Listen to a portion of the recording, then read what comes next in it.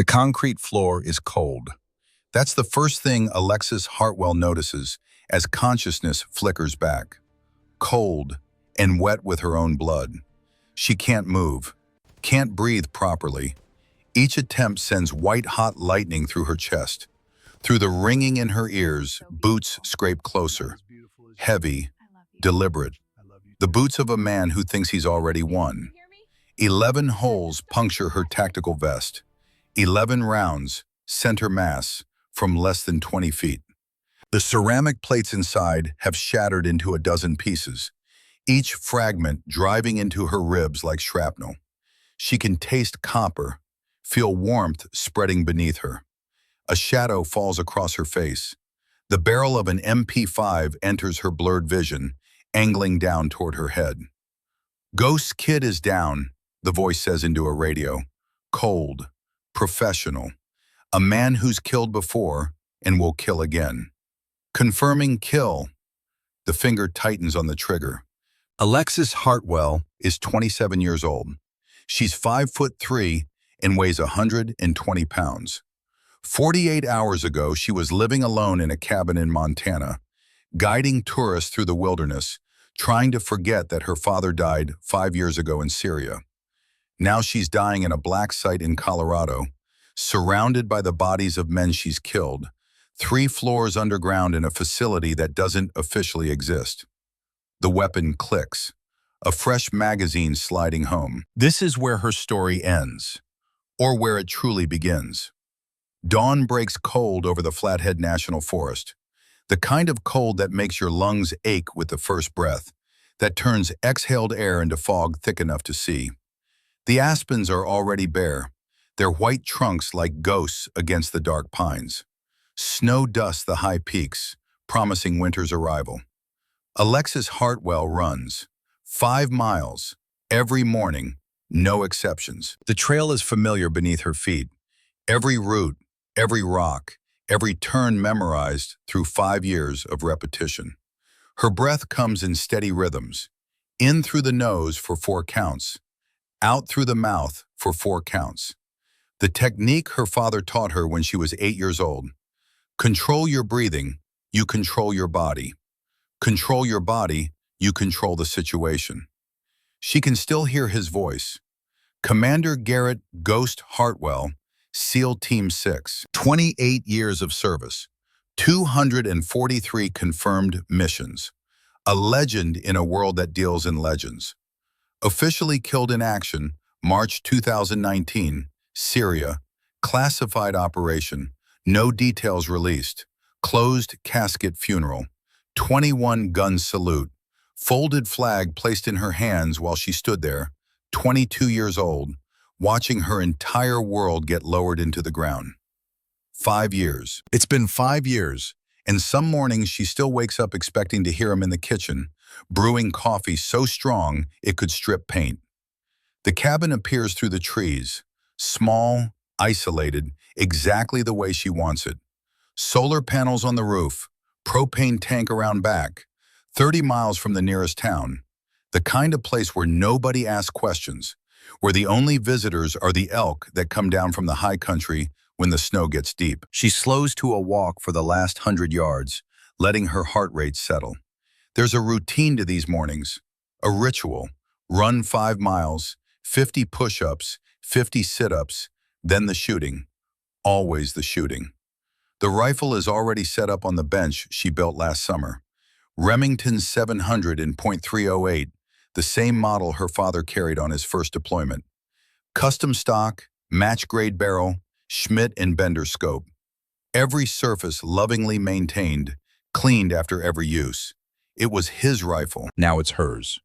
300 yards downrange, she set up steel targets, circles ranging from 12 inches down to 4. She settles into position, feeling the familiar weight of the stock against her shoulder. The morning air is still, no wind, temperatures maybe 30 degrees. She breathes. Between heartbeats, the world stops. That's what her father taught her. Between heartbeats, there's a moment of perfect stillness. That's when you take the shot. The first target rings like a bell, dead center. The second, the third, methodical, precise. She's not thinking anymore. The rifle is an extension of her body. The scope brings the world close enough to touch. Breathe. Stillness. Fire. 12 rounds. 12 hits. She's good. Better than good. Her father made sure of that. From age 8 to 18, Garrett Hartwell trained his daughter like she was heading to BUD/S, the Navy SEAL selection course. Most fathers teach their kids to ride bikes. Hers taught her to field strip an M4 blindfolded, to shoot moving targets at 600 yards, to survive in the wilderness with nothing but a knife, to break an attacker's arm in 3 different ways. At the time, she thought he was just being overprotective. A single father raising a daughter alone after her mother died of cancer when Lex was 6. Maybe he was paranoid. Maybe he just wanted her to be safe. Now, 5 years after his death, she understands something else. He was preparing her for something. She just doesn't know what. The cabin interior is Spartan. One main room serving as kitchen, living area, and workspace. A loft bedroom accessible by ladder. Wood stove in the corner, already crackling with this morning's fire. The walls are mostly bare except for one section above the fireplace. That's where the memories live. Photographs in simple frames. Garrett in his dress whites, young and sharp, fresh out of BUD/S. Garrett with his team, faces blurred for operational security, somewhere in the desert. Garrett and young Lex, maybe 10 years old, both covered in mud after some wilderness training exercise, both grinning like idiots. And in the center, mounted in a shadow box, his SEAL trident. The golden eagle clutching an anchor, trident, and pistol. The symbol that means you made it through hell and came out the other side. Beside it, his purple heart. Below both, the folded flag from his funeral. She doesn't look at them often. Some days it still hurts too much. The coffee is almost ready when she hears the truck. In 5 years at this cabin, she's had maybe a dozen visitors. The UPS driver makes deliveries once a month. The propane company comes twice a year. That's it. Nobody else knows where she is. That's the point. But this isn't the UPS truck. The engine note is wrong. And it's too early. The closest town doesn't even have a post office open yet. Muscle memory takes over. She moves to the window, staying to the side where she can see out without being silhouetted. The Sig Sauer P226 is already in her hand. She doesn't remember drawing it from the lockbox under the sink. Her father's training, automatic after years of repetition. A brown delivery van comes up the dirt road. Generic, no company markings. It stops 30 feet from the cabin. The driver doesn't get out immediately. He's checking something. Phone maybe, or GPS. Lex watches. Waits. The safety is off the Sig. Finally, the driver emerges. Middle-aged, balding, slightly overweight, wearing a brown uniform that might be UPS but isn't quite right. The color's off. He's carrying a medium-sized package. He walks to the door, knocks, steps back. Professional delivery driver procedure. Except his eyes keep scanning the tree line, the windows. He's looking for something, or checking if she's alone. Lex opens the door with her right hand. The Sig is in her left, behind her thigh, out of sight but ready. Morning, the driver says. His smile doesn't quite reach his eyes. Package for A. Hartwell. I'll take it. He hands it over. The box is heavier than it looks, maybe 10 pounds.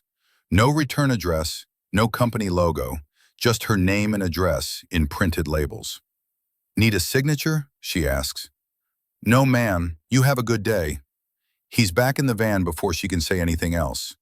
Doesn't ask for confirmation of identity. Doesn't make small talk about the weather or the isolated location. Just delivers and leaves. The van disappears down the road. Lex stands in the doorway, package in hand, every instinct her father drilled into her, screaming that something is wrong. She brings the package inside, sets it on the table, studies it. No postage marks, no tracking number, hand-delivered, which means someone paid extra for that. Someone who wanted to make sure it arrived. Someone who knows exactly where she lives. She considers throwing it in the wood stove unopened. Considers taking it 100 yards into the forest and shooting it. Considers a dozen different paranoid scenarios because paranoia has kept her alive this long. Instead, she gets a knife from the kitchen and carefully cuts the tape. Inside, wrapped in foam, is a box. Wooden. Expensive. The kind that holds jewelry or important documents. And beneath the box, there's weight. Something else. She lifts out the wooden box first, opens it. Her breath catches. It's a watch. Rolex Submariner. Black face. Stainless steel. She knows this watch. She's seen it 1,000 times. On her father's wrist during every training session, every deployment, every birthday, every Christmas. There's a scratch on the bezel at the 2 o'clock position. She remembers when that happened. She was 12. They were training knife techniques. She got overeager and the blade slipped, scratching the watch instead of the dummy target. Her father laughed, told her the watch had plenty of scratches already. One more just meant it had stories. She turns the watch over. Engraved on the back, in letters she knows by heart, G.H. for Valor. Below that, a new engraving, fresh, recent, October 30th, 2024, 39.7242 degrees north, 105.1779 degrees west. Ghost Protocol. Her hands are shaking. She sets the watch down before she drops it, reaches into the package for the other item. USB drive. Unmarked, black. And underneath everything, a piece of paper. Handwritten. Block letters. The handwriting doesn't match her father's, but the message is clear. Play the drive. Alone. Trust no one. The laptop is old, offline, not connected to any network. She uses it for storing photos, writing in a journal she'll never show anyone, and occasionally watching movies she's seen 100 times. It's not connected to the internet because the internet means people can find you. She plugs in the USB drive. Her hands are still shaking. One file. Video. Timeline shows it was recorded October 15th, 2024, 13 days ago. She clicks play. The video quality is poor, grainy, shot on a phone maybe, or a security camera. The lighting is dim, fluorescent, institutional. Concrete walls, someone sitting in a metal chair. The camera adjusts focus, and Alexis Hartwell sees her father. For 5 years, she's been telling herself he's dead. For 5 years, she's tried to move on, tried to build a life, tried to accept that Commander Garrett, Ghost Hartwell, was killed in action and isn't coming back. The man on the screen destroys all of that in an instant. He's older, thinner. His hair has gone completely gray, along with the beard he never had before. There are scars on his face she doesn't recognize. New ones. His eyes are sunken, haunted. But it's him. She'd know those eyes anywhere. Lex. His voice is rough, like he hasn't used it in a while. If you're watching this, then the package arrived. I'm sorry. I'm so sorry, baby girl. But I'm running out of time. He glances off camera, checking something, or checking if someone's coming. I didn't die in Syria. I was captured. CIA Black Ops team. They've been holding me for 5 years. Me and 4 others. All of us discovered something we weren't supposed to. Something called Operation Coldfall. He leans closer to the camera. His hands are shaking slightly. It's an arms trafficking ring. High-level CIA. Deputy Director Dominic Archer is running it, selling weapons to terrorist organizations. Hundreds of millions in profits. Using it to fund black operations Congress won't authorize. When operators like me found evidence, we got disappeared. Officially, killed in action. Actually, imprisoned. He stops, takes a breath. When he speaks again, his voice cracks. They're holding me at a facility in Colorado, Black Ridge Research. It's a front, really a black site. Coordinates are in the watch engraving. October 31st, they're going to kill everyone here. Make it look like an accident. Bury all the evidence forever. Another glance off camera, more urgent this time.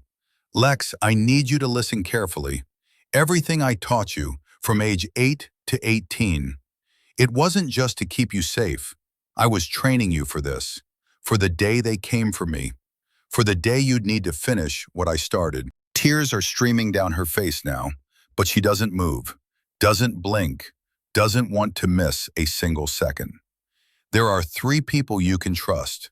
Their information is on this drive. Priest, Reaper, and Bear. They'll help you. But Lex, you need to understand what I'm asking. This is a combat extraction from a hostile facility. This is everything I trained you for, but it's real. And you could die. He stops. His eyes find the camera. Find her. You don't have to do this. You can delete this video. Throw away the watch. Go back to your life. I'll understand. You've already lost so much. I won't blame you for not wanting to lose more. A pause. Long enough that she thinks the video is ending. But if you do this, if you come for me, then remember what I always told you. You're a Hartwell, and Hartwells finish what they start. His hand reaches toward the camera. This is your final exam, Shadow. Everything I taught you, use it. Trust no one except the 3 names. And Lex, I love you. I'm proud of you. I always have been. The video cuts to black. Alexis sits in the silence of her cabin, tears streaming down her face, her father's watch clutched in one hand, and realizes that the last 5 years of her life have been a lie. Her father isn't dead. He's in a black site prison in Colorado, and in 3 days, they're going to kill him. She spends an hour just sitting there, staring at the blank laptop screen, turning the watch over and over in her hands, trying to process what she just learned.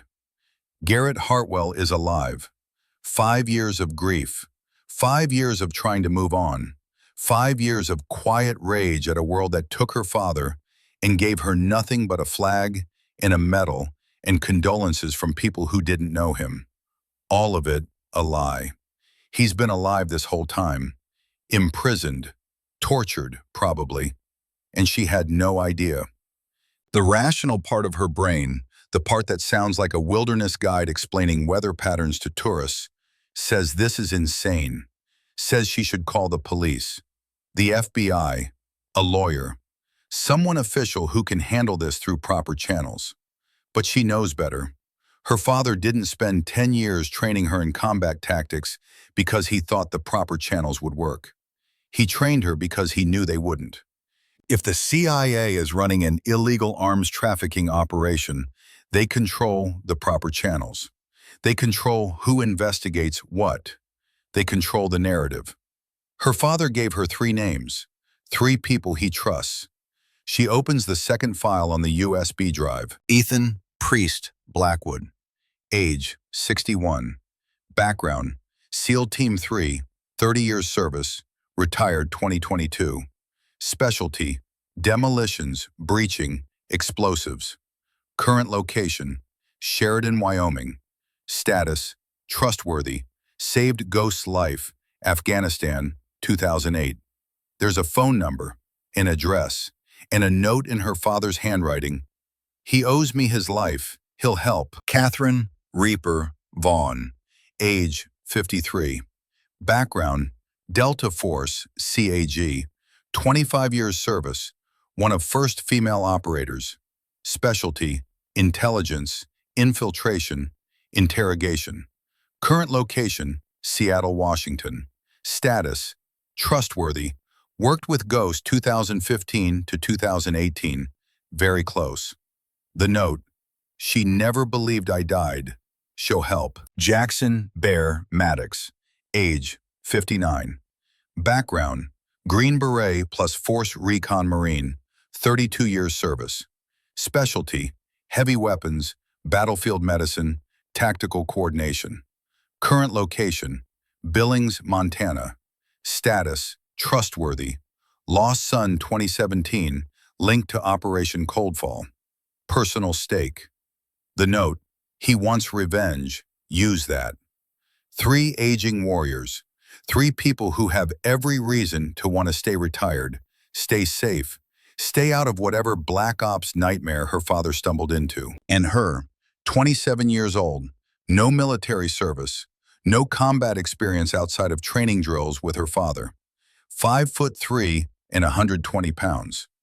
Against a CIA black site with 30-plus armed contractors. Against a conspiracy that's already buried 5 operators and counting. Against men who kill for a living and have every advantage. The rational part of her brain is screaming that this is suicide. But there's another part. The part that spent 10 years learning to shoot, fight, survive, endure. The part that absorbed every lesson her father taught. The part that always wondered why he pushed her so hard. Now she knows. He was preparing her for this exact moment. She looks at the wall above the fireplace, at the sealed trident in its shadow box, at the photographs of a man who gave everything for his country and got betrayed for his trouble. She thinks about what he said in the video. You don't have to do this. But she knows that's not true. He trained her for this, prepared her for this. Everything from age 8 to 18 was leading to this moment. He knew, even then, that someday she might need to do the impossible. And she knows something else. Something her father taught her during their very first shooting lesson, when she was 8 years old and the rifle felt too heavy in her hands. When you fall down, you get back up. When you fail, you try again. And when someone needs you, you answer the call. She opens a drawer, pulls out a burner phone she keeps for emergencies, dials the first number. It rings 4 times. A man answers, voice gravelly, suspicious. Who is this? My name is Alexis Hartwell, Garrett Hartwell's daughter. I need your help. Silence. Long enough that she thinks he's hung up. Then, I'll be damned, ghost kid. I thought you were in Montana somewhere. I am. I need to meet with you, in person. It's about my father. Your father's dead, kid. I went to the funeral. No, she says, he's not, and I can prove it. Another silence, shorter this time. Where and when? Cheyenne, Wyoming. Tomorrow morning, 6 a.m. There's a diner off I-25, the Copper Cup. I know it. How will I know you? I'll be carrying a Rolex Submariner with a scratch on the bezel. You'll recognize it. She hears him inhale sharply. He recognizes the description. I'll be there, Ethan Priest Blackwood says. But kid, if this is some kind of, it's not, 6 a.m., come alone. She hangs up, dials the second number. Catherine Reaper Vaughn answers on the first ring. Her voice is sharp, alert, despite the early hour. This number isn't in my contacts. Who is this and how did you get it? My name is Alexis Hartwell. I'm Garrett Hartwell's daughter. I have information about... Stop. The word is sharp as a blade. Don't say anything else on this line. Where are you? Montana, but I need to meet Cheyenne. Copper Cup Diner. Tomorrow, 6 a.m. I'll find you. The line goes dead. One more call. Jackson Bear Maddox answers on the third ring. He sounds older, tired, maybe drunk. Yeah? Mr. Maddox, my name is Alexis Hartwell. I'm Ghost daughter. It's not a question. His voice changes, gets harder. What do you want? I have information about Operation Coldfall, about what happened to your son. She hears something crash in the background. When he speaks again, his voice is completely different. Cold, sober, dangerous. Where? Cheyenne, Wyoming. Copper Cup Diner. Tomorrow morning, 6 a.m. I'll be there. He hangs up. Alexis sits in her cabin, in the silence of the Montana wilderness, and realizes she just set something in motion that she can't stop. In 24 hours, she'll meet 3 strangers, 3 warriors who served with her father, 3 people who might be willing to do the impossible. And in 3 days, on October 31st, she'll either save her father's life or die trying. She spends the rest of the day preparing. The gear is already there. Her father made sure of that. In the back of her closet, behind the winter coats, there's a false wall. Behind that, there's an arsenal. Barrett M82A 1.50 caliber rifle. Her father's favorite long-range weapon. The same rifle he used on missions she'll never know the details of. 0 to 1,500 yards. Custom modifications that turn an already deadly weapon into something surgical. She hasn't fired it in 2 years. Too loud, too expensive. But she's cleaned it monthly. Maintained it like he taught her. Sig Sauer P226 Legion. His sidearm. 9mm, 17-round magazine, suppressor ready. The same pistol Navy SEALs have carried for decades. K-bar fighting knife. 7-inch blade, leather grip worn smooth by her father's hand, now worn smooth by hers. Engraved on the blade, Shadow, her call sign, the name her father gave her during training. "You're my shadow," he'd say. "Where I go, you follow. What I start, you finish." Now she understands what he meant. Level 4 ceramic plate carrier, body armor capable of stopping rifle rounds.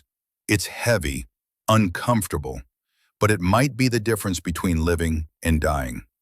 Night vision goggles, PVS 31 binoculars, military grade, somehow acquired by her father through channels she never asked about. Medical kit, trauma supplies, tourniquets, hemostatic gauze, chest seals. Her father trained her in field medicine. "You can't save everyone," he'd say, "but you can try."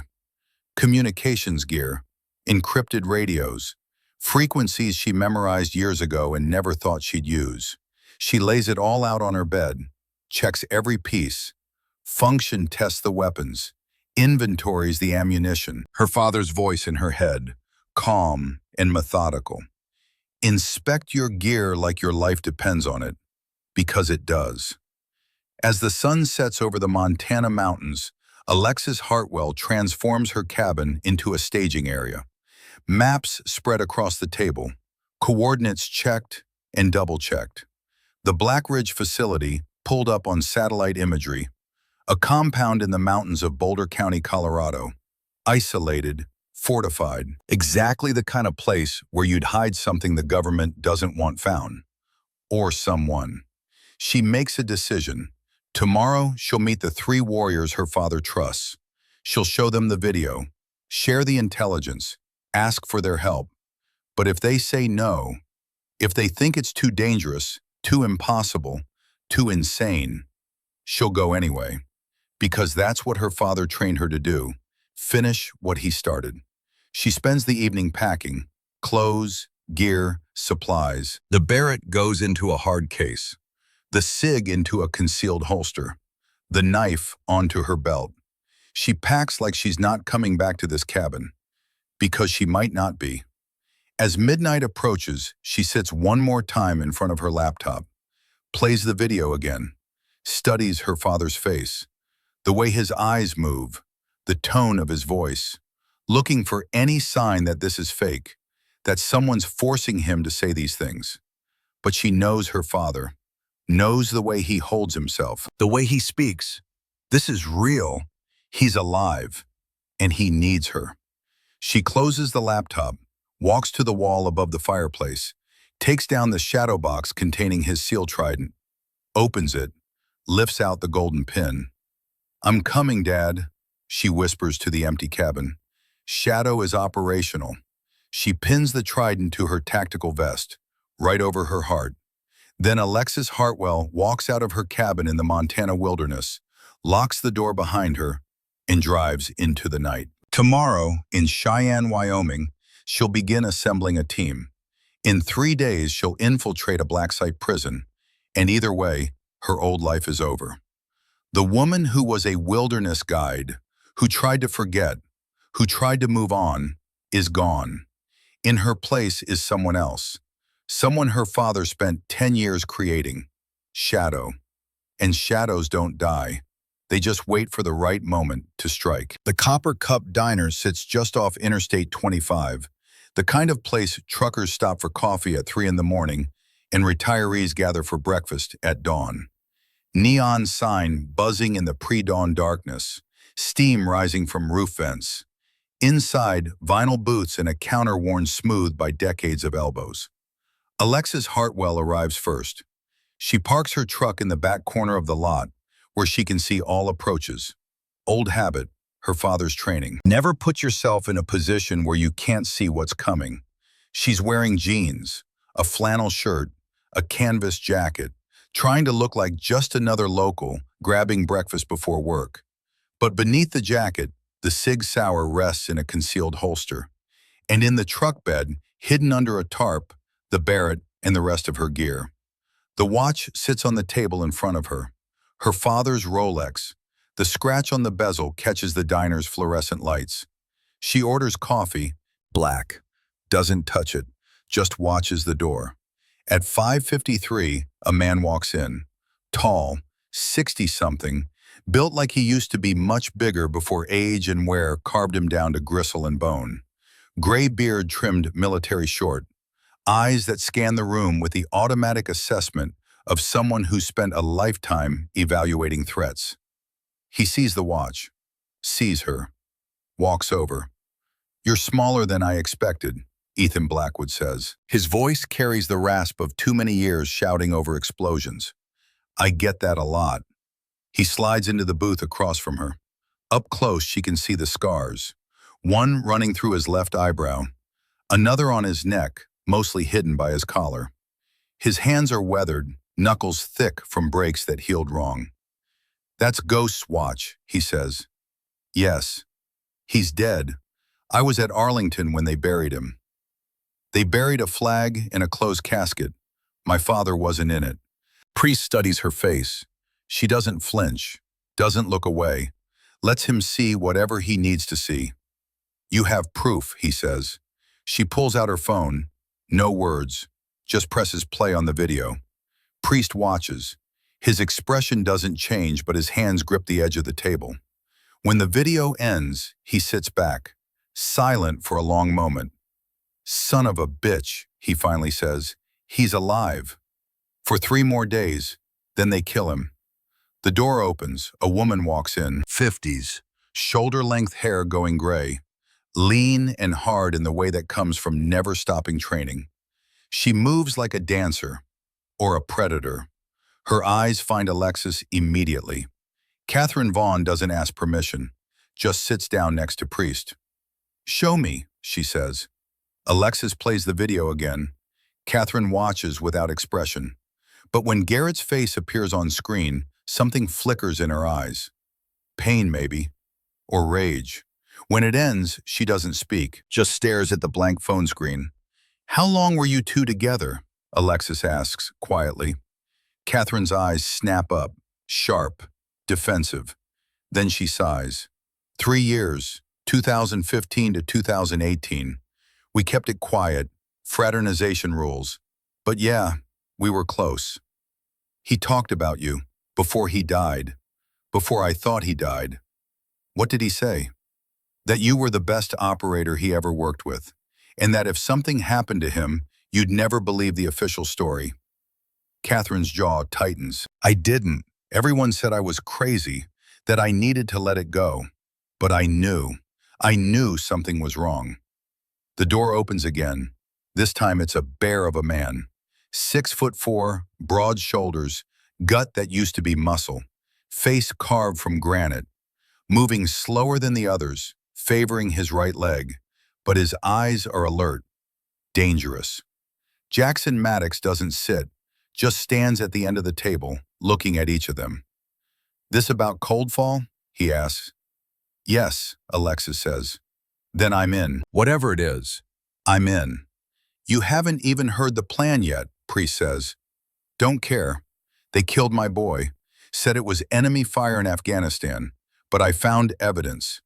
Proof he discovered something about weapons shipments, illegal sales. And then he died in what they called a firefight."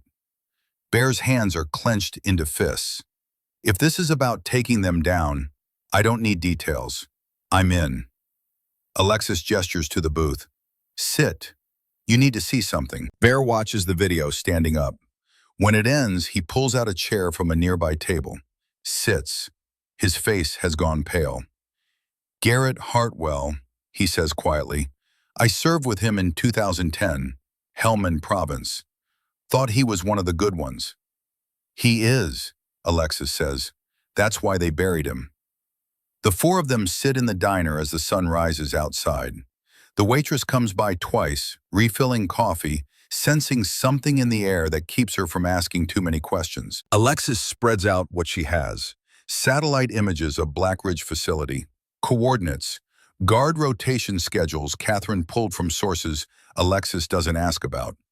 Priest studies it all with the eye of someone who's breached 100 compounds. 35 hostiles minimum, he says, probably more. Military contractors, ex-special forces most likely. Good pay, no morals. The kind who ask how much, not why. Fortified position, Catherine adds. Biometric access on the doors, motion sensors, cameras. This isn't some rinky-dink operation. This is professional. 4 of us against 35, Bear says. I've had worse odds.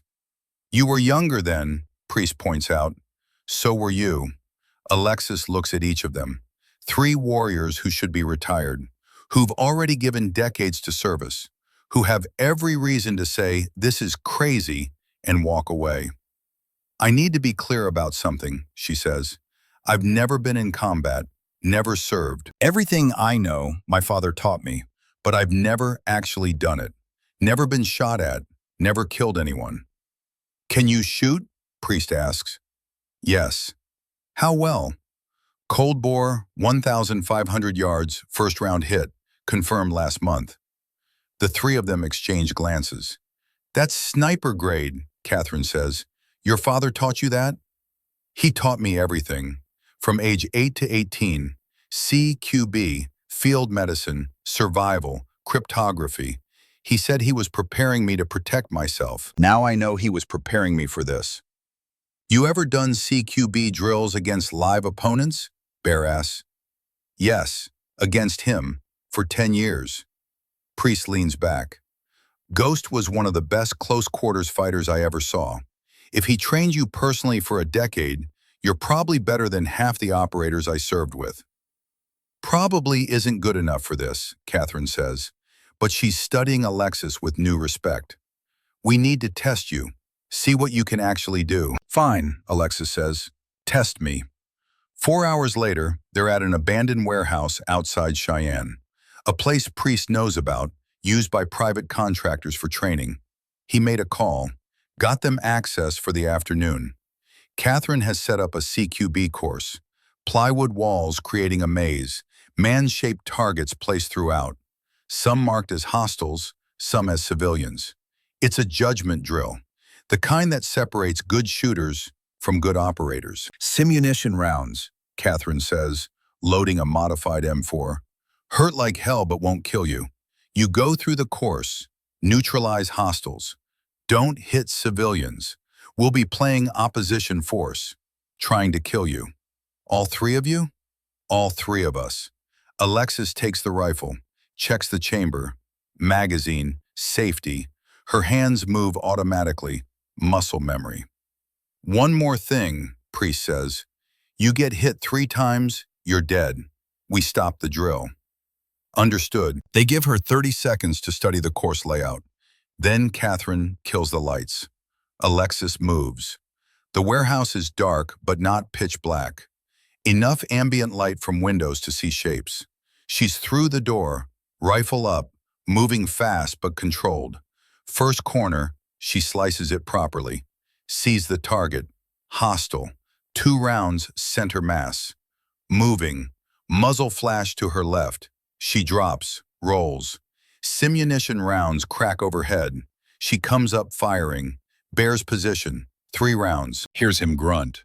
Hit, Bear calls. She's moving before the word finishes. Through a doorway. Civilian target. She doesn't shoot. Keeps moving. Another corner. Another hostile. 1 shot. Down. Catherine appears from nowhere. Fast. Weapon up. Alexis doesn't think. Just reacts. drops her rifle on its sling, draws the training pistol from her holster. 2 shots. Catherine takes both center mass.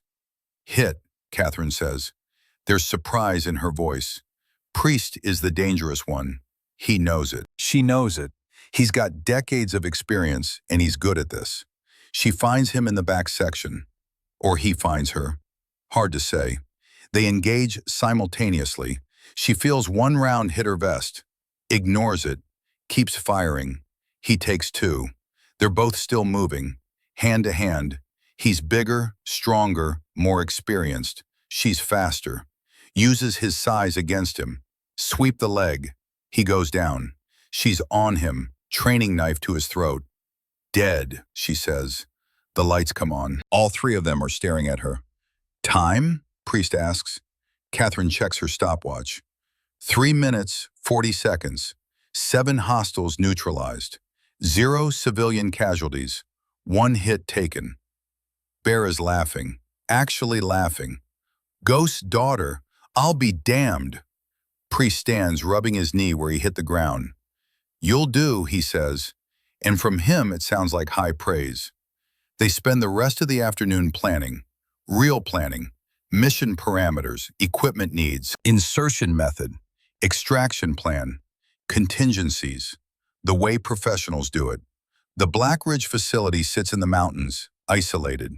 Nearest road is 3 miles out. They'll have to approach on foot. Priest suggests a vehicle drop-off, then hike in under cover of darkness. We go in midnight, he says. October 30 gives us time to recon, plan our breach, execute before dawn. 6-hour operational window, Catherine adds. In and out before sunrise. Get Ghost and the others. Exfil to the extraction point. What's our exfil? Alexis asks. I know a guy, Bear says. Runs a private helo service. Owes me a favor. He'll pick us up. No questions asked. Can you trust him? With my life. More importantly, with yours. They go over equipment. Priest has access to gear through his demolition business. Breaching charges, flashbangs, smoke grenades. Catherine can provide comms equipment, encrypted and secure. Bear has medical supplies, enough to treat gunshot wounds, trauma injuries. Alexis provides the weapons. The Barrett for long-range overwatch. M4 carbines with suppressors for close work. Sidearms, ammunition. This is a small fortune in equipment, Catherine observes. My father prepared for this, Alexis says. He knew someday it might be needed. As evening falls, they finalize the plan.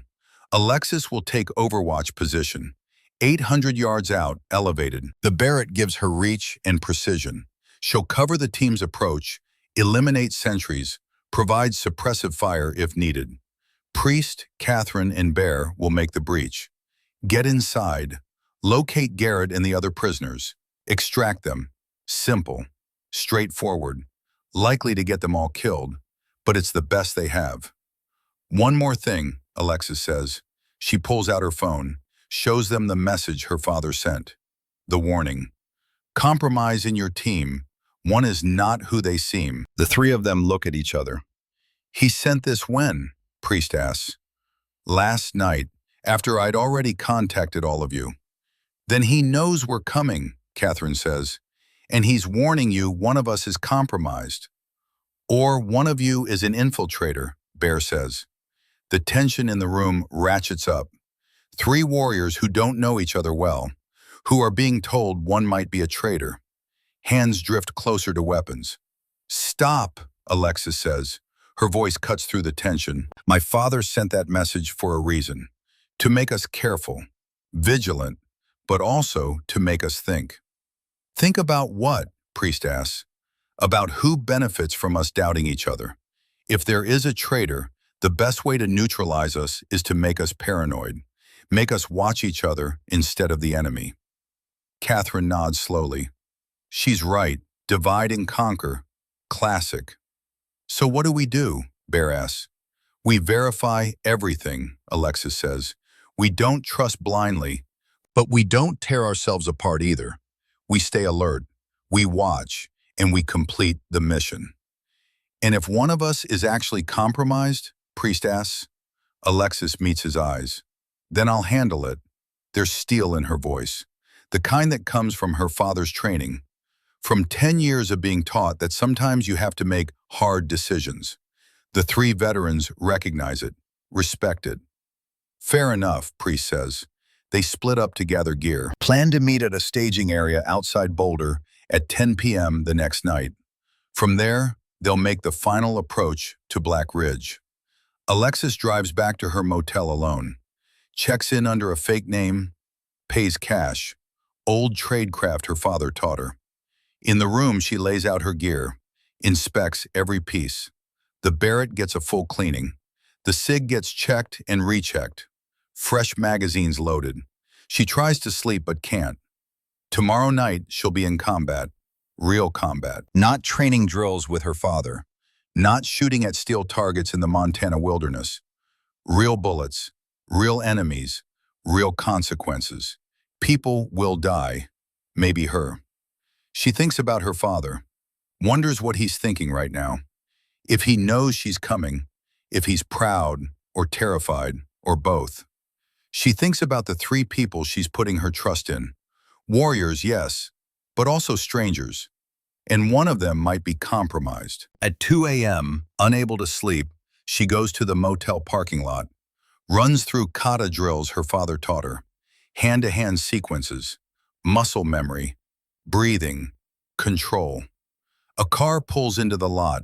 She's behind cover before she consciously decides to move, hand on the SIG, watching. It's Catherine. The older woman gets out, sees Alexis, raises her hands, showing they're empty. Couldn't sleep either, Catherine says. It's 2 in the morning. Yeah, I keep thinking about him. About Garrett. About the fact that I spent 5 years thinking he was dead. She walks over, sits on the motel room's exterior stairs. Alexis joins her, keeping distance, still not entirely trusting. He loved you, Catherine says quietly, talked about you constantly. His daughter, how smart you were, how tough, how you could outshoot half his team by the time you were 16. He told you that? He was proud, more proud of you than anything else in his life. Catherine looks at her. When they told me he was dead, I wanted to die too. We weren't supposed to be together, against regulations, but I loved him, and I never got to say goodbye. You'll get to say hello, Alexis says, tomorrow night. If we survive, we'll survive. Catherine studies her. You sound certain. My father trained me for this. Everything. Every scenario. Every technique. He didn't do that so I'd fail. You know what's funny? Catherine says. Ghost used to say the same thing about you. That he trained you so you wouldn't fail. But Lex, training isn't the same as combat. When bullets are real, when people are actually dying, it changes. Even the best training can't prepare you for that. Then I guess I'll adapt. Catherine smiles, sad. You sound just like him. They sit in silence for a while, then Catherine stands. Get some sleep if you can. Tomorrow's going to be the longest day of your life. She leaves. Alexis watches her go, wondering if that was genuine connection or manipulation.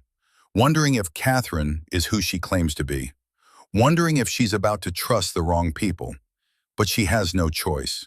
Her father is running out of time. At dawn on October 30th, Alexis wakes to a text from a number she doesn't recognize. Staging area compromised. Changed to coordinates 40.0274 degrees north, 105.2458 degrees west. Come alone first. Verify clear, then signal others.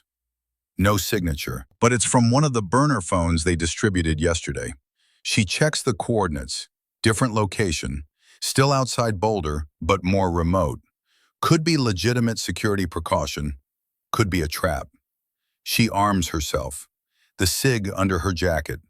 A backup .380 in an ankle holster. The K-bar knife. Body armor under her shirt. The drive takes 90 minutes. The coordinates lead to an abandoned mining facility. Old structures, rusted equipment, nothing for miles. Her truck is the only vehicle. She parks at a distance, scans with binoculars. No movement, no signs of ambush, but also no signs of her team. She's debating her next move when her phone buzzes. Same unknown number. In the main building, alone. Need to show you something. Come unarmed. Every instinct screams trap, but she came this far. She leaves the Barrett in the truck, keeps the SIG, approaches the building on foot. The structure is 3 stories, concrete and steel, windows long since broken, multiple entry points, multiple firing positions. Perfect place for an ambush. She enters through a side door, weapon up, sweeping corners, clearing rooms, the way her father taught her. Inside she finds Bear. He's sitting on an old crate, looking exhausted. There's blood on his shoulder. "What happened?" she asks, weapon still trained on him. "Got a message last night," he says. "Told me to come here early. Verify security. When I arrived, someone was waiting." "Who?" "Contractors, 3 of them. They knew I was coming." The blood on his shoulder makes sense now. "You're hit." "Took one in the shoulder, went through clean, I'm fine. But Lex, they knew. Someone told them we were coming." "Where are they now?" "Dead, all 3. But there will be more. We're compromised." She keeps her weapon on him. "How do I know you're telling the truth? How do I know you're not the leak?" Bear looks at her, tired, sad. "You don't. Just like I don't know if you are, or Catherine, or Priest. Your father was right. One of us is compromised, and we're walking into a trap." "Then we abort," Alexis says. "Regroup. Find another way." There is no other way. You saw the video. October 31st, they kill everyone. That's tomorrow. We're out of time. A sound outside. Vehicles approaching. Multiple engines. Bear stands. "They followed me. I'm sorry." "How many?" "I count at least 4 SUVs, maybe 20 hostiles. They're trapped in the building, surrounded, outnumbered." And Alexis realizes this is exactly what her father warned about. She pulls out her phone, texts Priest and Catherine. "Ambush, staging area compromised, do not approach. Abort, abort, abort." Bear is at the window. They're deploying, professional, tactical formation. We've got maybe 2 minutes before they breach. "There's a way out," Alexis says. She's already spotted it. Mining tunnels below, old but stable, leading into the mountain. "That's a kill box," Bear warns. "If they know about the tunnels, we're dead. Better than staying here." They move fast, down rusted stairs into darkness. The tunnel smells of earth and decay. Alexis has a small flashlight. Bear has nothing, but he follows. Behind them, the sounds of breach. Flashbangs, shouting, men clearing the building. They're 50 yards into the tunnel when Alexis's phone vibrates. Text from Catherine. "Received your abort. Where are you?" She doesn't answer. Can't risk the light from her phone giving away position. They move deeper. The tunnel branches. Alexis chooses left. Instinct, luck, prayer. After 10 minutes, they emerge on the far side of the mountain. Different valley, no vehicles, no hostiles. They're alive, for now. "We need to move," Bear says. "Get distance. Figure out what the hell just happened." But Alexis is thinking, running through scenarios. Someone set this trap. Someone knew they'd be there. Someone in their team is working for the enemy. Or all of this is misdirection, a way to scatter them, divide them. Her phone rings. "Priest." "Where are you?" he asks. "Safe, for now. What's your status?" "Catherine and I are at the original staging area. No hostiles, no problems. We got your text. What happened?" Alexis explains. The message, the ambush, Bear's injury. Priest is quiet for a moment. Someone's playing games, trying to split us up. Or Bear is the leak and he's trying to convince me otherwise. "Is he there?" "Yes." "Put him on." She hands Bear the phone. listens to his side of the conversation, watches his face, trying to read truth from deception. When he hands it back, Priest says, "We're moving to extraction point Alpha, the one we discussed. If Bear is with you, bring him. If you don't trust him, leave him. Your call. But we're running out of time. It's noon. We breach tonight at midnight, or we lose our window." Alexis looks at Bear. The big man is bleeding from his shoulder, exhausted, could be a traitor, could be a victim. "I'm bringing him," she says. "Your funeral," Priest responds. "See you at 1800 hours." The line goes dead. Alexis and Bear hike 6 miles through mountain wilderness. By the time they reach the extraction point, the sun is setting. Priest and Catherine are waiting with all the gear. The four of them stand in a clearing, each watching the others. Trust broken, paranoia rising. "We can't do this if we don't trust each other," Catherine says. "Then maybe we don't do it," Priest responds. "Maybe we're outmatched, outsmarted. Maybe Ghost was wrong." "My father is never wrong," Alexis says. Her voice is cold, final. "We're doing this, tonight, at midnight, and whoever the traitor is, they'll reveal themselves when it matters. Until then, we operate on trust." "That's naive," Catherine says. "No, it's necessary." Alexis looks at each of them. "My father trusted you, all three of you. He gave me your names.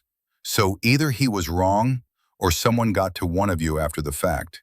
Either way, stopping now means he dies. And I'm not letting that happen." She picks up the Barrett case, starts checking gear. The others watch. Then, one by one, they do the same. Midnight approaches, and with it, the mission begins. Whether they're walking into a rescue or a trap, Alexis Hartwell is about to find out. The mountain air is cold enough to burn. Alexis lies prone on a ridge 800 yards from the Black Ridge facility, the Barrett M8-2A1 nestled against her shoulder like an old friend. Through the Schmidt and Bender scope, the world becomes intimate. She can see individual stones in the facility's concrete walls, can count the cigarettes the guards have smoked, their butts glowing orange in the darkness. 2 guards on the north entrance, 3 on the roof, 1 walking perimeter with a dog, all armed with AR-15 variants, all moving with the casual confidence of men who don't expect trouble. They're about to get it. Her radio crackles, Priest's voice barely a whisper. "Shadow, this is breach team. In position." Thermal shows 6 tangos on perimeter, 5 interior first floor, unknown count below ground. "Your count?"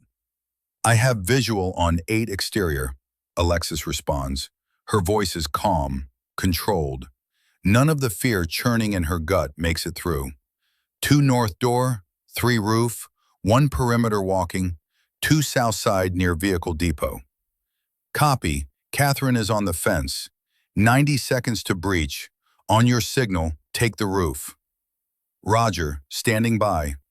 She watches Catherine through the scope. The older woman moves like smoke, low and fast. Priest and Bear are shadows behind her. They've covered their approach well, used the terrain, the darkness, everything by the book. But something feels wrong. Alexis can't name it, just an itch between her shoulder blades. A whisper in the back of her mind that sounds like her father's voice saying, "When it feels too easy, it usually is." The facility sits quiet, almost peaceful. The guards are bored, routine, not on high alert. They should be. If there's really a traitor in the team, if the enemy really knows they're coming, there should be heightened security, more patrols, tension. Instead, it's just another night. Catherine reaches the fence, starts cutting. The chain link parts silently under professional tools. Alexis's crosshairs settle on the first roof guard. Distance, 847 yards. Wind, 8 miles per hour, left to right. Temperature, 26 degrees. She's made this shot 1,000 times in training, never with a human being in the scope. Her finger rests on the trigger. Light, just barely touching. The guard turns. She can see his face now. Young, maybe 25. Someone's son. maybe someone's father. He chose to work for people who imprison and murder American soldiers. He made his choice. She makes hers. Between heartbeats, the world stops. She fires. The .50 caliber round crosses 800 yards in under a second. The guard's head snaps back. He drops without a sound. The other guards don't notice immediately. Alexis is already transitioning. Second target, roof. He's turning, sensing something wrong. Fire. Down. Third target is running, moving fast. Harder shot. She leads him. Breathes. Fires. The round takes him in the chest. The body armor might as well be paper against the Barrett. He falls.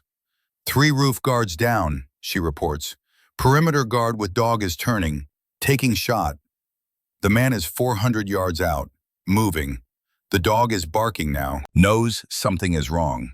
Alexis doesn't want to shoot the dog, but if it alerts the facility, people die. Her people. She aims for the handler, fires. He drops.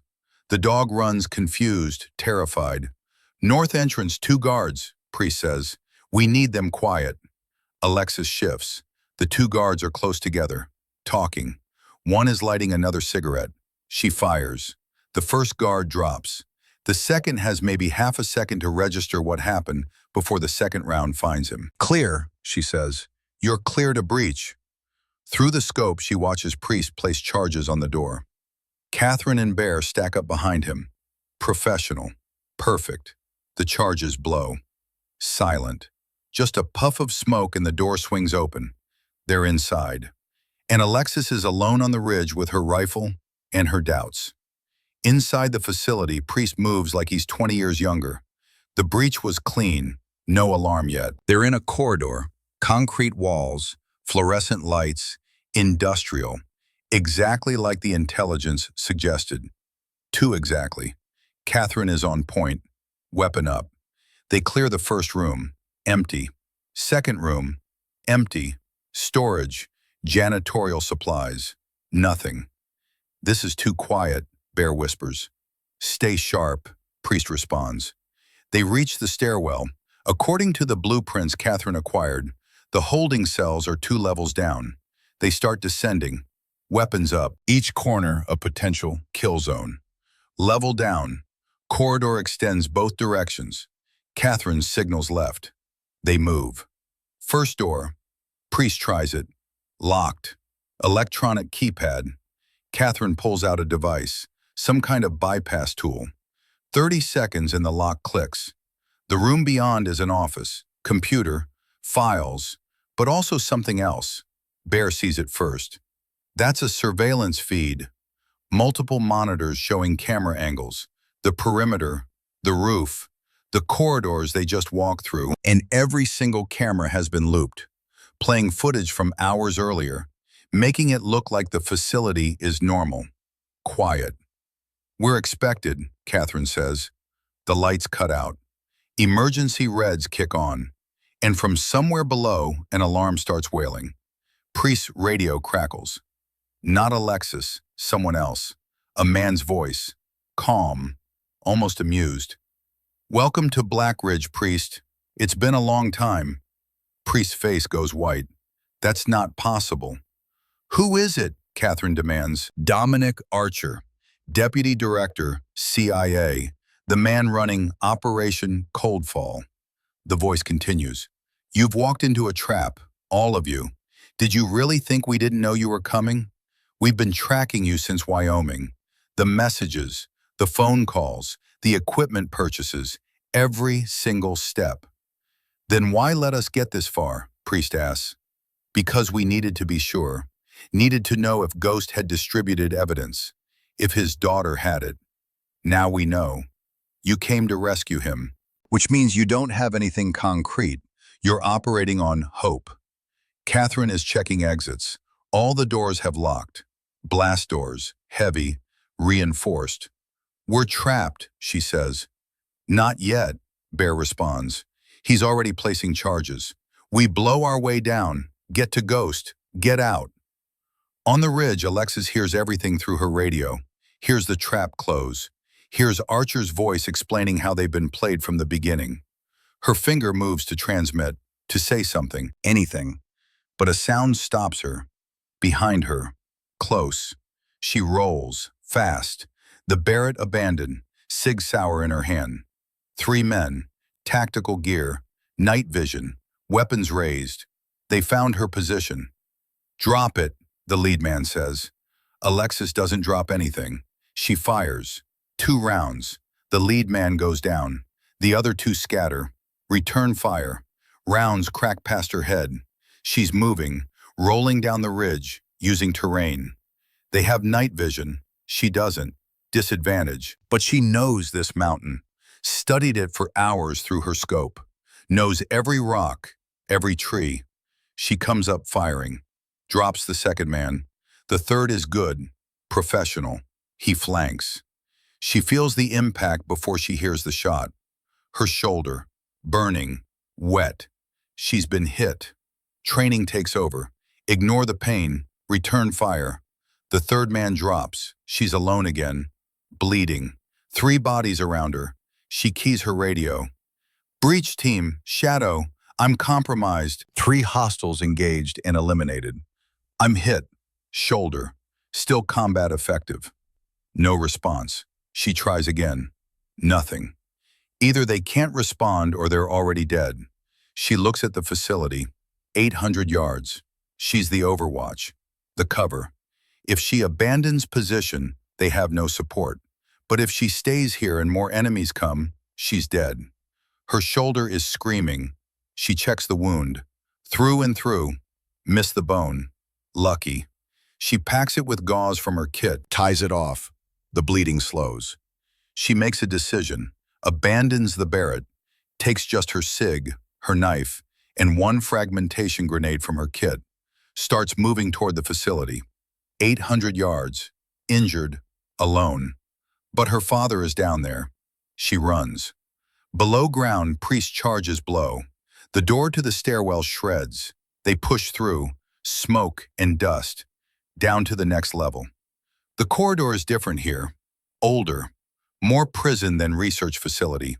Cells line both sides. Heavy doors. Small windows. Ghost, Bear calls. Garrett Hartwell. A face appears in one window. Gaunt. Bearded. But the eyes are alive. You crazy bastards actually came, Garrett says. Priest is already working on the lock. Electronic. More sophisticated than the last. Catherine covers their 6. We've got maybe 5 minutes before they breach this level. How many prisoners?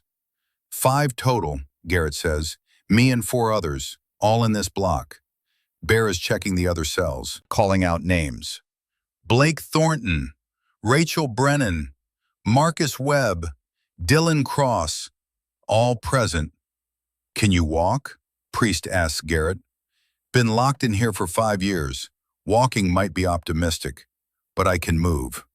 The lock clicks. Garrett's cell opens. He stumbles out. Priest catches him. Where's Lex? Garrett asks immediately. Overwatch, Ridge, 800 yards north. She okay? Last check? Yes. Garrett nods. Then let's get the others and get the hell out of here. They're opening the 4th cell when the shooting starts. Not from above, from below. There's another level. The blueprints didn't show it. And from it, armed men are flooding upward. Catherine engages.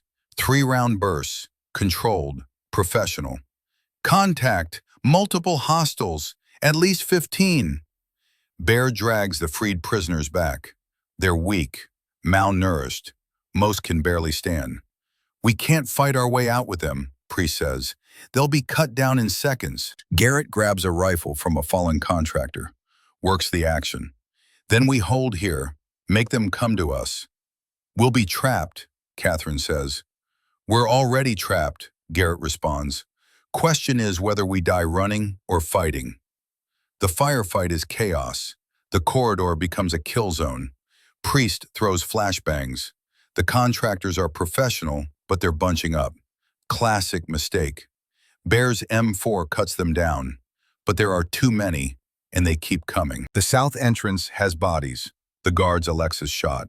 She takes an AR-15 from one, checks the magazine, full, moves inside. The facility is a maze, but she memorized the blueprint, even the parts that were lies. She moves toward the sound of gunfire. First corridor, she finds two contractors, shooting down the stairwell at her team. They don't hear her approach. She drops them both, keeps moving. Second corridor, four more. These ones see her, turn, fire. She's diving before they finish the motion. Rolls, comes up firing.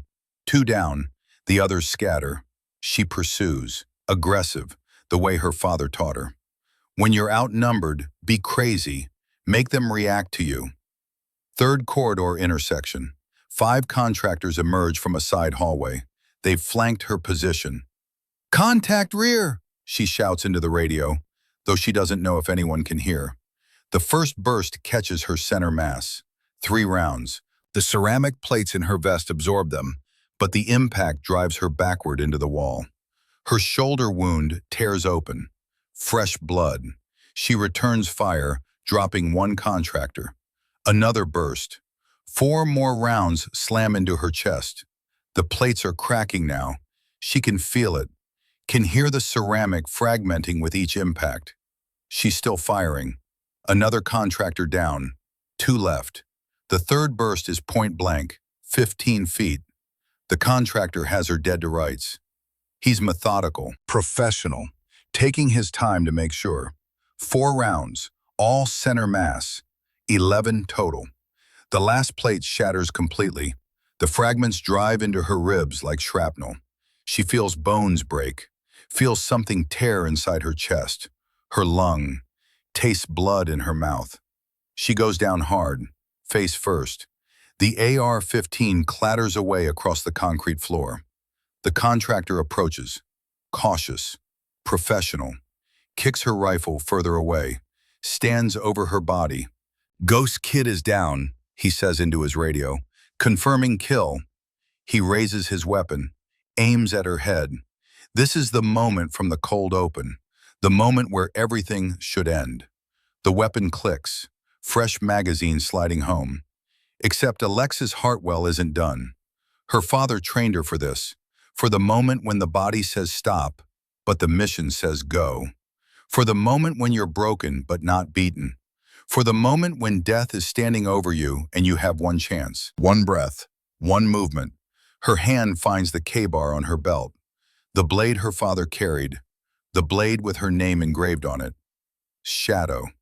The contractor doesn't see it coming. She's supposed to be dead. 11 rounds center mass, shattered armor, broken ribs, collapsed lung. No one gets up from that. She drives the blade up through his thigh, femoral artery. The angle is perfect, taught by her father 1,000 times. He screams, falls. The weapon clatters from his hands. She forces herself up. Every movement is agony. Broken ribs grinding against each other. Blood in her throat. Punctured lung making it impossible to breathe properly. Vision blurring. But she's standing. The last contractor is frozen, shocked. He just watched someone take 11 rounds center mass and get back up. His hesitation costs him his life. Alexis picks up the fallen AR-15, fires. He goes down. She stands there for a moment, swaying, blood dripping from her mouth, the vest hanging in tatters around her torso, but alive. She keys her radio, voice steady despite the pain, despite the blood, despite everything. "Breach team, Shadow. I'm in the facility, level 1, covering your exit." Priest's voice, shocked. "Shadow, you're supposed to be on the ridge." "Change of plans, move. Now, I'll cover." She doesn't wait for acknowledgement, just starts moving toward the stairwell. Each step is agony, each breath like knives in her chest, but she keeps going. Because that's what her father trained her to do. Hartwell's finish what they start. Below, her team is running out of ammunition. Bear has taken another round, leg this time. He's bleeding from 2 wounds now and can barely stand. Catherine is down to her sidearm. Priest is out of grenades. Alexis appears at the top of the stairs like an avenging angel, bloody, broken, barely standing, but still fighting. She opens fire down the stairwell. The contractors below scatter, suppressed, confused. Someone is shooting them from behind. It's the opening her team needs. Priest and Bear help the prisoners up. Garrett is carrying one who can't walk. Catherine provides rear security. They reach Alexis's position. For one moment, father and daughter lock eyes. "You came," Garrett says. Then he sees the blood, the shattered vest, the way she's barely standing. His face goes pale. "Jesus, Lex, you're hit." "You trained me never to quit," Alexis responds. Blood bubbles at her lips when she speaks. "Hartwell's finish what they start." "We need to move," Priest interrupts. "They'll regroup in seconds." But Alexis is looking past him. At the contractors regrouping below, at the facility layout, at the tactical situation. They're still trapped, even with her help. Too many enemies, too many corridors, and the prisoners are too weak to run. "There's another way," she says. "What way?" Catherine asks. "The bombs." Everyone looks at her. "We came here because my father said they were going to destroy this facility tomorrow. Kill everyone and bury the evidence. That means there are already demolition charges planted." Priest's eyes widen. "You want to blow the facility. While we're still in it," Garrett finishes. He's smiling despite the situation. Proud. "That's my girl." "If the charges are already set, there's a control room," Alexis says. "Probably level 1. We find it, set a timer, get out before it blows." "That's insane," Catherine says. "You have a better plan?" Silence. "Thought not. Let's move." They fight their way through the facility. Every corridor is a battle. Every door, a potential ambush. Bear is limping badly, leaving a blood trail. 2 of the freed prisoners have been hit, but they keep moving. Alexis leads despite her injuries. Operating on instinct and training and sheer willpower. She's been shot in the shoulder, has 11 rounds worth of trauma to her chest, broken ribs, internal bleeding, collapsed lung. But she's also alive, focused. Everything her father taught her crystallizing in this moment. They find the control room on level 1. Priest goes to work on the demolition panel. It's more sophisticated than he expected. "This is a professional setup," he says, "military grade, designed to bring down the entire facility. If I activate this, we have maybe 10 minutes before the whole mountain comes down." "Can you set it for longer?" Garrett asks. "No, it's hardwired. 10 minutes or nothing." Bear checks his watch despite the pain in his leg. "Original extraction point is 20 minutes out, but..." He keys his radio, wincing. "Hilo, this is Bear. We're going hot. Need emergency extract. Can you move to grid Bravo?" A pause, then the pilot's voice. "Bravo is hot LZ. You sure?" "Affirmative. We've got wounded in 10 minutes to blast radius." "Roger, moving to Bravo. ETA 7 minutes. It'll be close." Bear looks at them.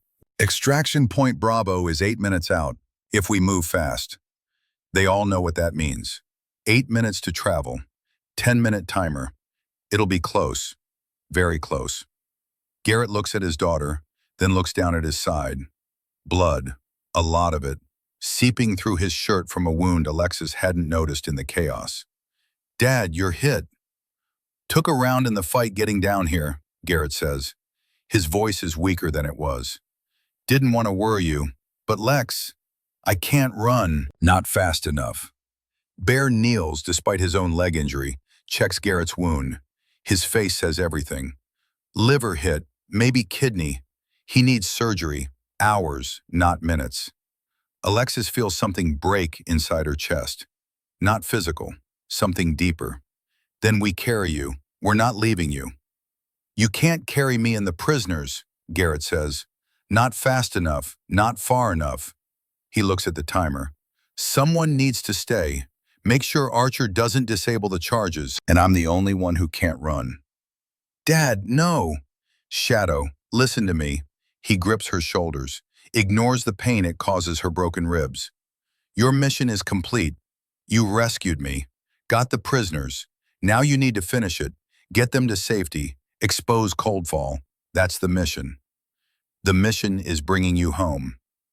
I am home. Garrett taps his chest. I'm with my daughter. I'm with my team. This is where I belong.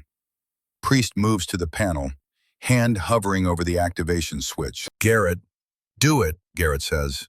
That's an order. Priest activates the timer. 10 minutes appears on the screen, counting down. 9:59, 9:58, 9:57. Clock's running, Priest says quietly.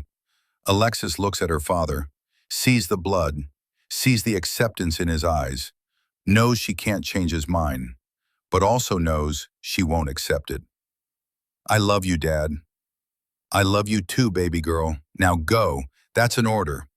She turns, starts moving with the team. Priest and Bear help the prisoners. Catherine provides security. Behind them, Garrett Hartwell settles into the control room. Alone, weapon ready, waiting for Archer. They're halfway to the exit when Alexa stops. Keep going, she tells the others. Lex, we don't have time, Catherine protests. I know. That's why you need to run. Get them out. I'll be right behind you. What are you doing? Finishing the mission. Bear shouts after her. Lex, he's gut shot. He can't move fast. Then I'll carry him, she shouts back. She doesn't wait for more argument, just turns and runs back into the facility, back toward the control room, back toward her father, back toward the one man she's not leaving behind. She finds him in the control room. He's propped against the wall, rifle across his lap, guarding the timer. 8:12, 8:11, 8:10. I told you to go, Garrett says, but there's no anger, just pride. Since when do I follow orders? Despite everything, he laughs, coughs blood. Fair point. Can you walk? She asks. Barely, definitely can't run. Then I'll help. She pulls him up, gets under his shoulder. He's heavier than she expected, weaker. The wound is bad. She can feel blood soaking through both their shirts. They start moving. Slow. Too slow. The timer counts down. 7:45, 7:44, 7:43. 30 feet down the corridor, Dominic Archer appears. He's not what Alexis expected. 50s, well-dressed even in tactical gear, moving with the confidence of a man who's killed before and will kill again. He has 10 men with him. Elite. The best. Ghost, Archer says. I should have killed you 5 years ago. You should have, Garrett agrees. Now it's too late. Is it? You've activated the demolition charges. Very clever. But I can still deactivate them, and you're out of ammunition. It's true. Garrett's rifle clicks empty. Alexis checks her mag. Empty as well. She dropped the AR-15 when she went back for her father. Then I guess we do this the old way, Garrett says. He pulls away from Alexis, draws the knife at his belt, starts walking toward Archer despite the gut wound, despite everything. Archer laughs. You're 63 years old, half-starved, gut shot. You really think you can take me? No, Garrett says, but I can buy time. He charges. The fight is brutal, fast, vicious. Archer is younger, stronger, better fed. But Garrett has rage, has purpose, has everything to fight for. They go down in a tangle, knife work, close, intimate, blood on concrete. Garrett is losing. Alexis can see it. Her father is too weak, too injured. Age and imprisonment and the gut wound all conspiring against him. Archer has him pinned, knife at his throat. Any last words, Ghost? Garrett smiles, blood on his teeth. Yeah, you made a mistake. What mistake? I won everything. Operation Coldfall ran for 15 years, made me rich, made me powerful, and now I bury the evidence. You didn't bury it, Garrett says. My daughter has it. Every document, every transaction, every name. You think I kept it all here? I distributed copies. Insurance. Archer's face changes, doubt flickering. You're lying. Am I? Then why did I send her the watch? Why bring her here? She's not just here to rescue me, Archer. She's here to witness, to verify. And when she testifies, when she shows Congress what you did, your entire world collapses. Then I'll kill her too. Archer presses the blade harder against Garrett's throat. A thin line of blood appears. Right after you. Look behind you, Garrett says quietly. Archer turns. Alexis is standing there, K-bar in hand, blood covered from a dozen wounds, barely standing, the shattered vest still hanging from her shoulders, but alive. And in her eyes, Archer sees something that makes him hesitate. He sees her father. That's my daughter, Garrett says, and you made a mistake. What mistake? Thinking she'd leave me behind, thinking she'd run, thinking she's anything less than a warrior. Garrett's voice strengthens despite the blood loss. I trained her since she was 8 years old. Every skill, every technique, everything I know. And you know what I told her? Archer is frozen, the knife still at Garrett's throat, his men watching. I told her, when the enemy thinks you're beaten, that's when you strike. Alexis throws the knife. Perfect spiral, the way her father taught her when she was 12 years old. 1,000 practice throws in the Montana wilderness. 1,000 corrections. 1,000 times hearing, again, faster, better. Your life will depend on this someday. Today is that day. The blade crosses 15 feet in a fraction of a second, buries itself in Archer's throat. He falls, choking, dying. The knife still embedded, blood pooling on the concrete. Garrett pushes him off, stands with difficulty, looks at the timer. 6:14, 6:13, 6:12. Alexis moves to help her father, but 3 of Archer's men block her path. She has no weapons left, no ammunition, just her broken body and her father's training. Wait, the backup .380 in her ankle holster. She draws. 3 rounds left, 3 targets. She fires. 1, 2, 3. All 3 drop. Then she's out of ammunition for good, completely dry. The remaining 6 contractors advance, weapons raised.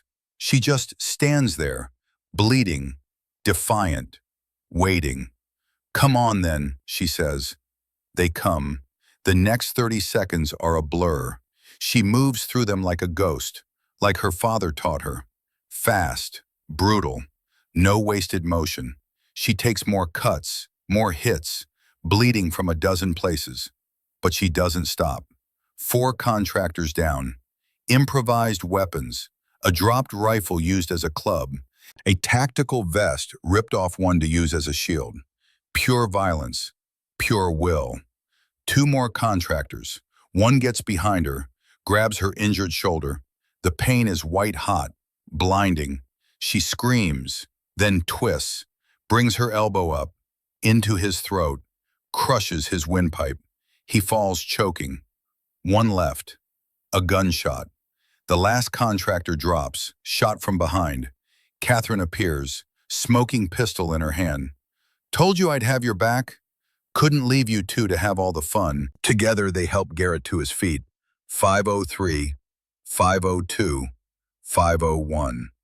We need to go, Catherine says. Now! The 3 of them run, Garrett supported between Alexis and Catherine, through corridors, past bodies, past the evidence of everything they've done. 4:15, 4:14, 4:13. They burst out of the facility into the cold mountain air. Priest and Bear are there with 2 vehicles, the prisoners already loaded in one. 4 minutes, Priest shouts. Get in, we move now. They pile into the second vehicle. Garrett between Alexis and Catherine in the back. He's fading, blood loss catching up, skin pale, breathing shallow. The vehicles race down the mountain road, reckless, dangerous, but speed is survival now. 3 minutes 30, Catherine calls out. Ahead, a clearing. The helicopter is there, rotors at full pitch, ready for immediate takeoff. The pilot didn't wait at the original extraction point. He moved forward, risky but necessary. 3 minutes! They reach the clearing. Don't even stop the vehicles properly, just bail out.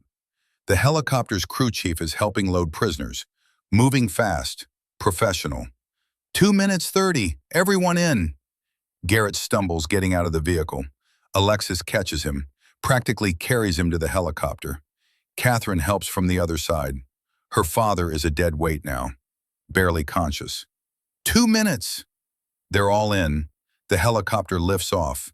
Maximum power. The pilot doesn't waste time gaining altitude, just speed, distance, getting them away from ground zero. 90 seconds, brace! They're half a mile out, not enough. The blast radius will reach them. 1 minute. The pilot drops the helicopter behind a ridgeline, using the mountain as a shield. Everyone grabs whatever they can. Hold on. 30 seconds. Alexis holds her father, closes her eyes. She can feel his heartbeat, weak, irregular, but still there. 20 seconds. Lex, Garrett whispers, so quiet she almost doesn't hear. I'm proud of you. Don't, she says. Don't you dare say goodbye. 10 seconds. 5, 4, 3. Behind them, Black Ridge Research sits quiet, peaceful one last time. Then it erupts. The charges blow simultaneously, not just an explosion, but an annihilation. The facility doesn't collapse. It vaporizes. A fireball that turns night into day, visible for miles.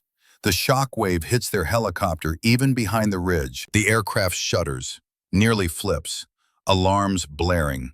But the pilot fights, keeps control, and they're still flying, away from the destruction, away from 5 years of imprisonment, away from Operation Coldfall, toward safety, toward justice, toward home.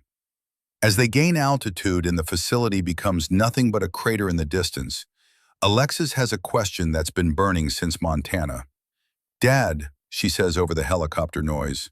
She has to lean close because he's so weak, his eyes barely open. The package, the watch, how did you get it out?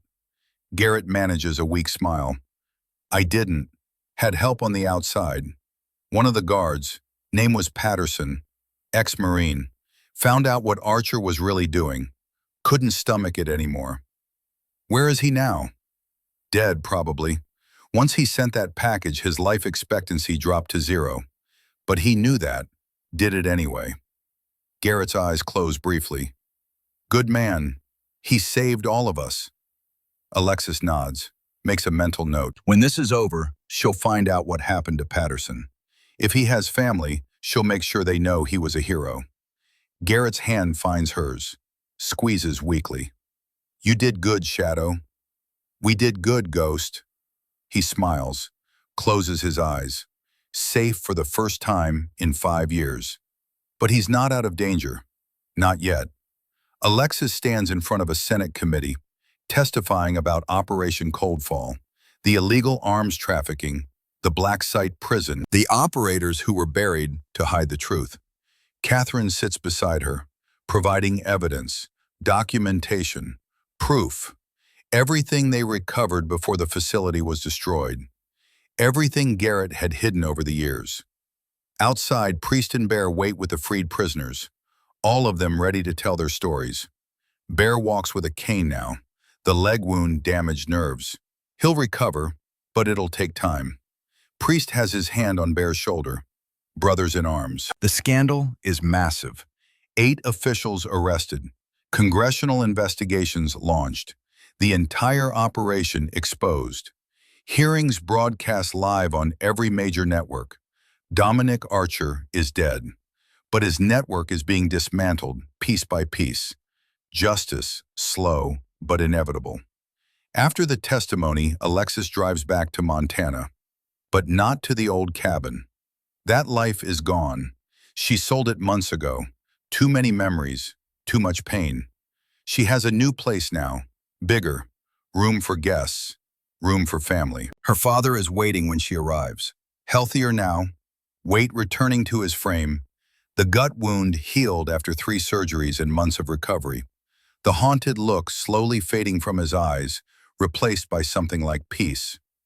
"How'd it go?" he asks. "They believed us. All of it. Cold fall is done." "Good, then it's over."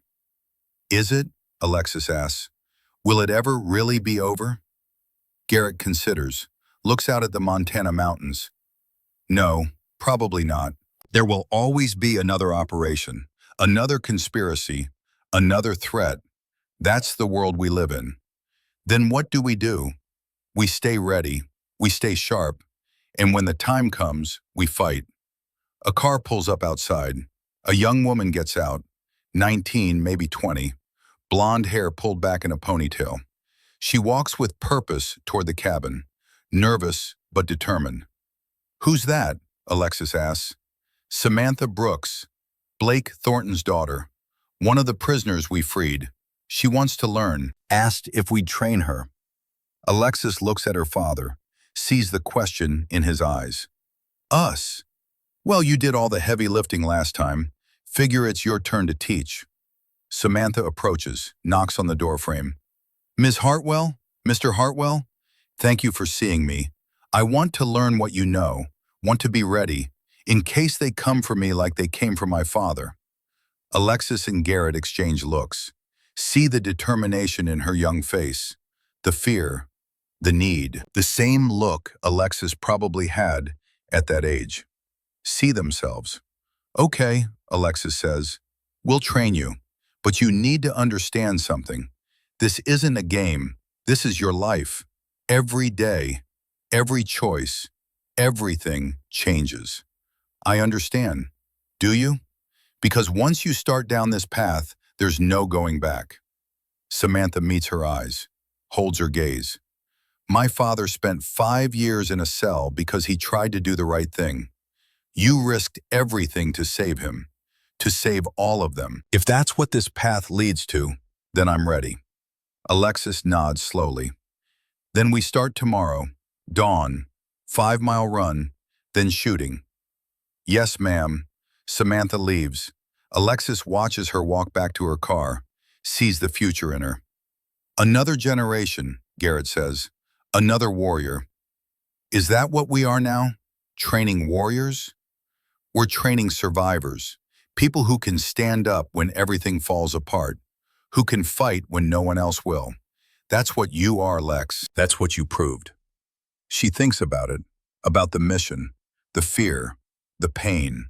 The moment she took 11 rounds to the chest and got back up. The moment she refused to leave her father behind. The moment she became something more than she was. About finishing what her father started. "You taught me well," she says quietly. "No," Garrett responds. "You taught yourself. I just gave you the tools. You decided how to use them. You decided to get back up. That was all you." They walk inside together, father and daughter, warriors, survivors, family. Inside the cabin, mounted on the wall above the fireplace, 2 sealed tridents hang side by side. Her father's from his years of service, and now hers.